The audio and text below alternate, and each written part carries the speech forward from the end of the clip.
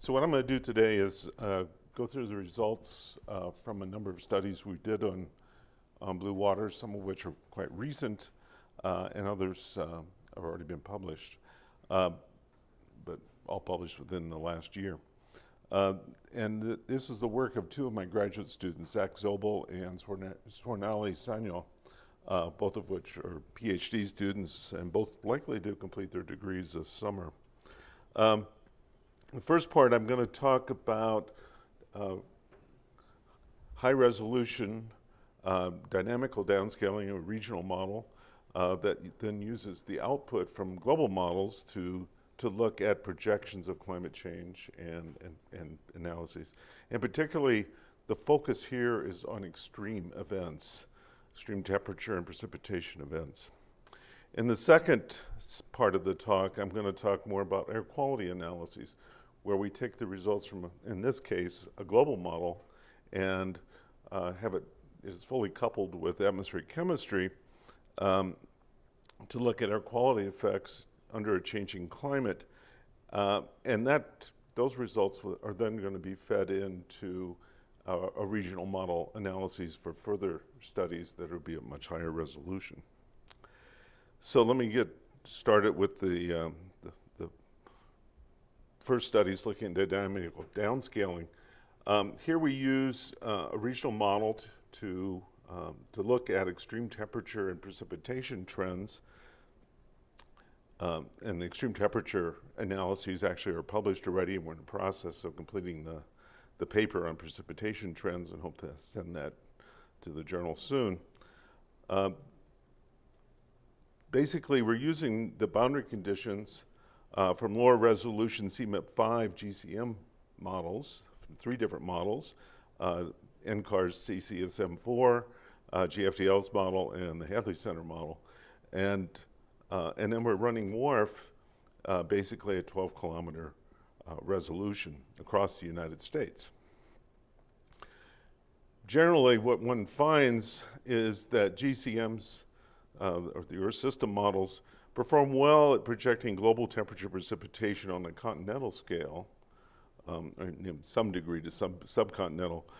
But if you really want to get down to the local and detailed regional scale to look at things like climate extremes, then you really need the higher resolution that we can get out of running the regional model. And that was one of the key aspects to using blue waters here, is being able to look at these very high resolution analyses. So first thing we'll look at is probability density functions of summer temperature, maximum summer temperature. Basically, as the, and this is showing a number of different cases. This is the next case, looking at the Southeast and Midwest for 2 different models, the GFDL model on the top and the NCAR model on the bottom in both cases.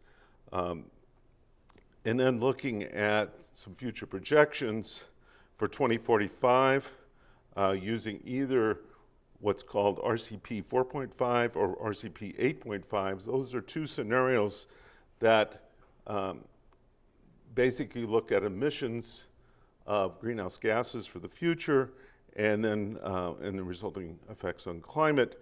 The RCP 4.5 corresponds to probably close to what's really achievable by humanity over this century and assumes that we rapidly move away from the use of fossil fuels by mid-century and then beyond. And then whereas RCP 8.5 basically assumes that we continue the business as usual of continuing to significantly use fossil fuels throughout the century. Even in that case, there's still a somewhat significant movement away, but still fossil fuel use still dominates. In this case, what we see with looking at the PDFs is that the center tends to, or the PDF tends to spread out over time. And in addition, the higher extremes, higher and low extremes, also change dramatically. Less so for the extreme low temperatures, as the change in extreme highs. So generally we expect a significant increase in extreme highs. The vertical black line here in all these cases represents the historical 95th percentile. And we can see the shifting to the right, particularly for the 2085 cases, but in all the cases actually, for the different scenarios. The historical 95th percentile is projected to occur at least every other day in all the simulations by late century for the business as usual RCP 8.5. So what that suggests is that what was unusual becomes quite usual in terms of looking at large increases in temperature. The projected summer northern U.S. regions have a more moderate increase in the mean and extreme temperatures compared to the southern regions of the U.S. But we did find large model differences, and some of those differences are reflected in these results from the two different models shown here. For the winter, which is not shown, looking at T-min, minimum temperature, the northern regions project the largest decreases in extreme cold temperatures. And for the high scenario, we find more extreme events than the lower emission scenario, 4.5, not surprisingly. Now, look at heat waves. So these looking at 3-day and 5-day heat waves with the different models. And these are all from the three different types of three different global models as boundary conditions, but then looking at the average of all the different cases that we look at the bottom. And what we find is that for 3-day heat waves, we get an increase of 4 to 8 in such events in the Midwest by late century, whereas with the RCP 8.5, the high scenario, the Midwest and Northeast are projected to experience 6 to 12 increase in 5-day heat waves on average for that scenario. So basically, with the higher scenario, we end up with many more heat waves, but also much larger ones than in the low case. As an interesting example, we also looked at the Chicago heat wave of 1995, where over 700 people died in the Chicago area. This was a 4-day event with the heat index values ranged from 100 to 115 degrees Fahrenheit. And that was an extremely unusual situation for Chicago. And what we find is that kind of situation becomes common by the end of the century, particularly in the high case, where you expect to have multiple events like that every year, whereas even in the low case that we looked at here, RCP 4.5, we still would expect to have such events every other year. Then we also looked at changes in 95-degree Fahrenheit days.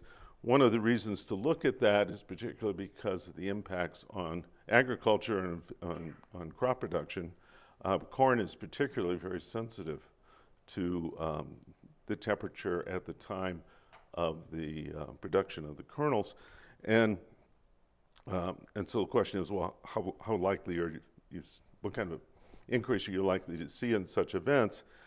Essentially, for the low case, we get like a month increase in the number of 95 degrees days for the RCP 4.5, and in the high case, we get about double that. So we get about an additional month of high events.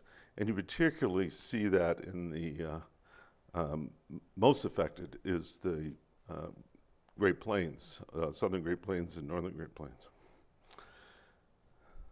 Let's see, is there anything? Yeah. Now I'm going to turn to looking at precipitation. These are relatively new results that we're still in the process of analyzing to finish up the paper. On the left-hand side are shown the 3 different models. We did do different runs with each of the 3 models because we also looked at the questions of what impact does spectral nudging have and bias correction.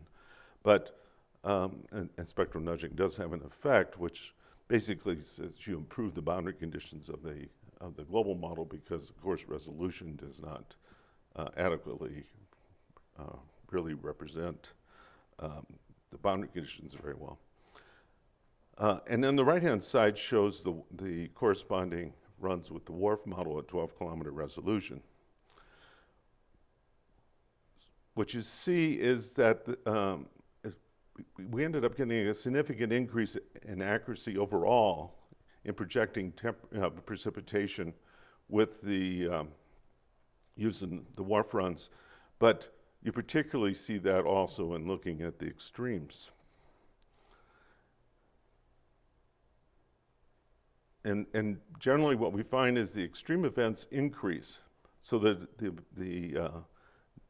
you see a significant increase in the rainfalls greater than 90 rainfall or snowfall, precipitation events, greater than the 95th percentile, and a corresponding decrease, and this is found in the global results as well, but not as clearly a signal as we get in the regional model with in the lower rainfall events. So in general, we expect smaller rainfall events and more larger rainfall events. The other thing that happened between the regional model and the global model, because there was not a clear signal in the global models, is that the number of days with no rainfall is increased in the regional model quite significantly, and it could be extremely important in some places like the Southwest, where you could have a potentially significant increase in hydrological stress because of even more days of no rainfall. In general, from these analyses, we have the following findings. Regional climate models run on blue waters enhance our understanding of evolving climate extremes. Summer temperature extremes are projected to increase significantly, especially in the southern regions, which leads to subsequent increase in heat waves. 5-day heat waves are twice as frequent as 3-day heat waves for the high scenario compared to the lower scenario by the end of the century for the Midwest and Northeast. Southern regions have even higher increases. Increasing temperatures will also yield a spike in precipitation, such that when it does rain or snow, it's more likely to come as larger events. Extreme precipitation is better captured by high-resolution models compared to the low-resolution models. Seasonal precipitation accuracy improves also in the western region. Dry days are projected to increase in most regions of the United States, as well as extreme precipitation events. Median or average precipitation events are projected to decline in all parts of the continental United States. Now, switching to the air quality analyses, one of the things we're trying to do here is understand how is climate change particularly going to affect air quality in the future. The runs that are done right now, we're still doing the future runs, are the runs looking at the recent history. And there are a number of ways in which climate change can affect air quality. For example, the warmer temperatures leading to more ozone production and also affecting emissions and from natural sources, and changes in weather patterns that can also affect the changes in air quality.